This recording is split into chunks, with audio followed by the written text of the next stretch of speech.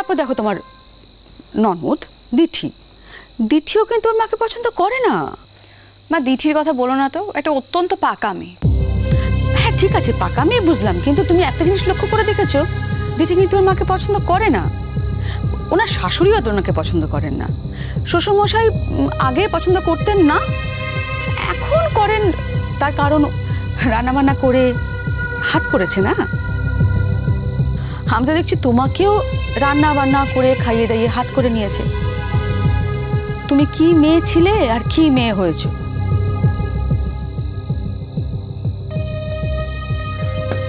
আসতে পারি? আরে এসো এসো। মা প্লিজ ওর সামনে প্লিজ কিছু চুপ করো, আমি কোথায় কি বলতে হয় সব জানি। সরি আন্টি, তোমরা বুঝি কোনো পার্সোনাল কথা বলছিলে, আমি এসে গেলাম। আমি পরে আসছি। আরে না না না না, একদমই না। বসো বসো বসো না। দেখো অনুরোধ, তুমি তো আমার নিজের ছেলের মতো। আমার মেয়ের সাথে আমি একটা পার্সোনাল কথা বলছি, সেখানে তুমি থাকতে পারো না, এটা হতে পারে না। তবে হ্যাঁ, একটা পার্সোনাল ব্যাপারেই আমরা কথা বলছিলাম। অ্যাকচুয়ালি কি জানো তো, তোমাদের ফ্যামিলিতে এই যে ঘটনাটা ঘটলো না, তার জন্য আমরা কিন্তু খুব এম্বারেসড ফিল করছি জানো তো। এই নানান লোকে নানান রকম কথা বলছে, মানে যারা ব্যাপারটা জানে আর কি, তারা নানান রকম কথা বলছে। এটা শুনতে ভালো লাগে না। তবে কি জানো তো, আমি খুব নিউট্রালি ব্যাপারটা ভেবে দেখলাম। আমার যেটা মনে হয়, তোমার বাবা এই যে এই বয়সে তোমার মাকে ছেড়ে চলে গেলেন, তার কিন্তু যথেষ্ট কারণ ছিল।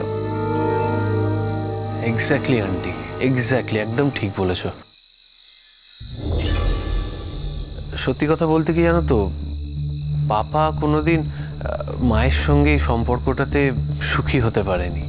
আমার পাপা যে ধরনের মানুষ, পাপা যা যা চেয়েছে সেসব কিছুই মা কোনোদিন পাপাকে দিতে পারেনি। দেখো, তুমি কত নিউট্রালি কথাটা ভাবছো। হ্যাঁ, তুমি কত সহজে তোমার মার সম্বন্ধে অ্যানালাইসিস করে দিলে। অথচ আমার মেয়েকে দেখো, আমার মেয়ে, তাকে একটা কিছু বললেই সে এক কথা বলে। উনি ভীষণ ভালো মানুষ, উনি সবার জন্য করেন। আসলে এর মধ্যে ভালো মানুষ বা খারাপ মানুষের তো কিছু নেই আন্টি। আমি তো একবারও বলিনি যে আমার মা খারাপ মানুষ, কিন্তু আমিও বলছি না উনি খারাপ মানুষ, আমি একবারও বলছি না। উনি যথেষ্ট ভালো মানুষ, আমি মানছি। কিন্তু শুধু ভালো মানুষ দিয়ে কি হবে বলো, তাকে তো এফিশিয়েন্ট হতে হবে না। ঠিক বলেছো, একদম ঠিক বলেছো আন্টি। সত্যি কথাই তো, আমার মায়ের এফিসিয়েন্সি বলে কিছুই নেই জানো তো। মা সারা জীবন কি করেছে, শুধু এই আমাদের জন্য রান্না বান্না করে আমাদের খাইয়েছে, এছাড়া তো কিছুই করেনি। মা আসলে জীবনটাকে ঠিকভাবে সাজাতেই জানে না। আবার দেখো, অন্যদিকে আমি তোমাকে দেখি আন্টি, আর শুধু ভাবি যে আমার মা যদি তোমার মতো হতো তাহলে কত ভালো হতো। অনুরোধ প্লিজ, তুমি এটা কি বলছো? দেখো, যার যার মা তার কাছে সেটাই বেস্ট হওয়া উচিত। সে যেমনই মা হোক না কেন, এই কথাটা তুমি বলতে পারো না। দেখো অঙ্কিতা, আমার যা মনে হয়েছে আমি তাই বলেছি। ও অনেস্ট অঙ্কিতা, ও সত্যি কথাটা কনফেস করতে পারে। তোমার যে কি হয়েছে না, আমি কিচ্ছু বুঝতে পারছি না। এনিওয়ে, তোমার সঙ্গে কথা বাড়িয়ে লাভ নেই। আচ্ছা শোনো, তোমাদের তো যাওয়ার দিন এগিয়ে আসলো। তোমাদের ফ্যামিলি থেকে কেউ যাচ্ছে? ফাইনালি কে যাচ্ছে? দেখো, মাকে তো বলেছিলাম, কিন্তু মায়ের মেন্টাল স্টেট যে অবস্থায় রয়েছে ঠিক বুঝতে পারছি না জানো তো। দেখো অনুরুদ্ধ, তোমার মায়ের মেন্টাল স্টেট ভালো নেই বলছো ঠিকই, কিন্তু তা বলে তো এই নয় যে উনি সমস্ত রান্নাবান্না ছেড়ে দিয়ে ঘরের কাজকর্ম ফেলে রেখে উনি শুধু শুয়ে আছেন, উনি সাংঘাতিক ডিপ্রেসড হয়ে আছেন, তা তো নয়। উনি তো বাড়িতে সব কাজকর্মই করছেন। দেখো, করতে তো হবেই। তো তোমাদের সঙ্গে গিয়ে সেখানে তোমাদের সংসারটা গুছিয়ে দিয়ে আসতে অসুবিধা কোথায়? এটুকু তো উনি করতেই পারেন না? দেখো মা, আমি ভেবেছি যে আন্টির ওখানে গেলে একটু মাইন্ডটা ডাইভার্ট হবে, একটু জায়গাটা চেঞ্জ হবে, তাই জন্য নিয়ে যাব আমি। তোমার আন্টির মাইন্ড চেঞ্জ হবে এটা নিয়ে কেন ভাবছো? আরে বাবা, তোমার সংসারটা গোছাতে হবে তো। দেখো, আমি তো যেতেই পারতাম, কিন্তু এখানে এত কাজ, বড়জোর আমি এক সপ্তাহের জন্য ঘুরে আসতে পারতাম, তার বেশি তো আমি থাকতে পারবো না। কিন্তু তোমার ফ্যামিলিতে যে ডে টু ডে কাজকর্মগুলো আছে সেগুলো কে করবে বলো? আর ওখানে তো তুমি কোনো কাজের লোকই পাবে না।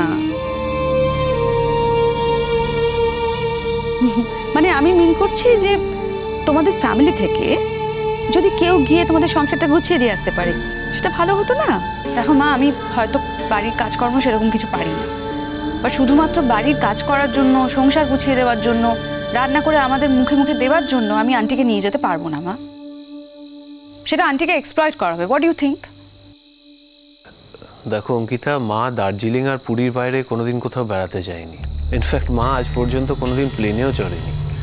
আমরা যদি মাকে আমাদের সঙ্গে নিয়ে যাই তাহলে মায়ের প্লেনে চড়া হবে, একটা নতুন দেশে যাওয়া হবে, তাই না? এগুলো তো মায়ের অ্যাডভান্টেজ। হ্যাঁ, এখন সেখানে গিয়ে তো মা পায়ের উপর পা তুলে বসে থাকতে পারবে না। মা যেমন এখানে রান্নাবান্না করে ওখানে গিয়ে আমাদের জন্য রান্নাবান্না করবে। So nothing wrong with that. Exactly. শোনো, এই অ্যাডভান্টেজটা উনি পেতে চান কি চান না সেটা তো অ্যাটলিস্ট আমাদের জানতে হবে। আমরা তো ওর হয়ে ডিসাইড করে দিতে পারি না, কোনো ডিসিশন আমরা ইম্পোজ করতে পারি না। নিজের তো একটা পছন্দ অপছন্দ আছে আন্টি, নাকি? ওনার আবার কি পছন্দ অপছন্দ? সব কিছু তো নির্ভর করছে তোমাদের উপরে। আচ্ছা অমৃত, তোমার বাবা কি ওনাকে খোরপোশ দেবেন বলে ঠিক করেছেন? উনি খোরপোশ নেননি। সে কি? তাহলে চালাচ্ছেন কি করে?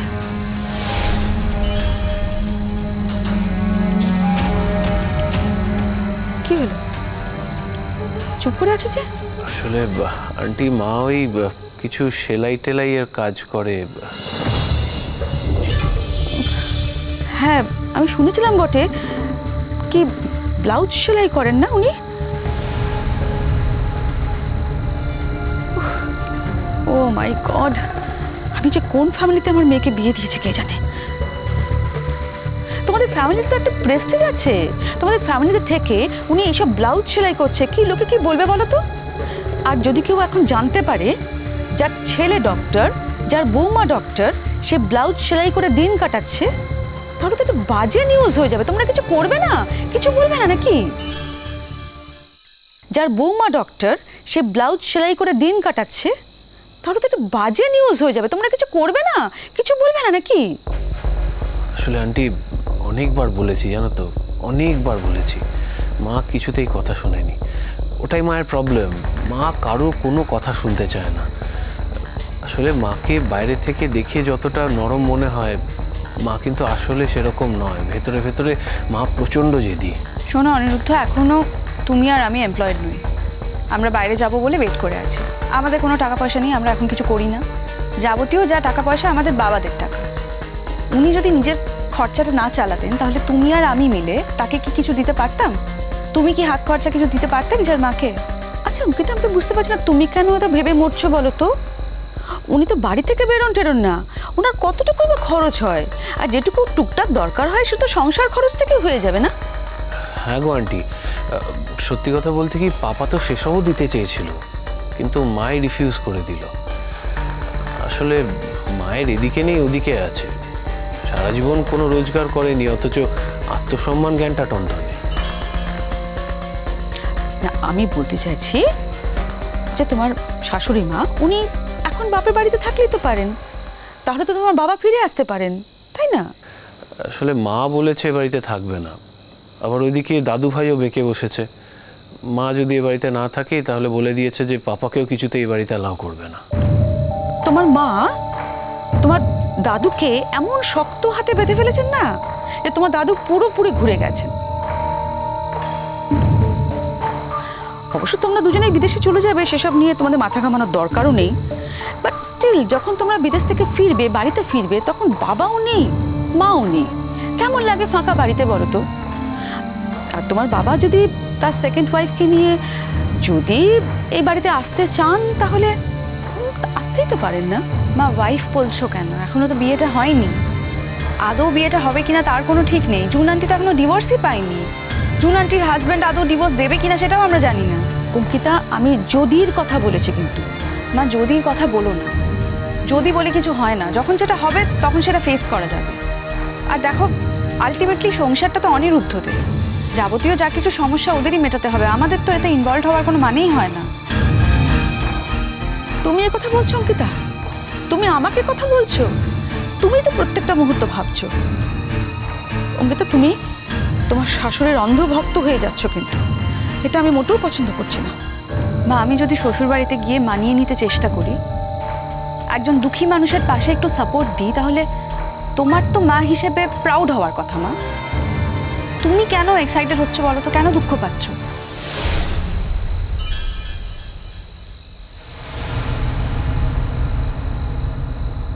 দাদা বাড়িতে নেই সেই সুযোগটা নিচ্ছ তুমি? পিসিমণি, এক্স্যাক্টলি কি মিন করতে চাইছো তুমি? আমার মা সম্পর্কে যদি আর একটা অসম্মানজনক কথা বলো, আমি কিন্তু তোমাকে অপমান করতে বাধ্য হব। নিজের স্বামীকে তো ধরে রাখতে পারলেই না, এখন উপলের দিকে হাত বাড়িয়েছো তুমি। ভুলি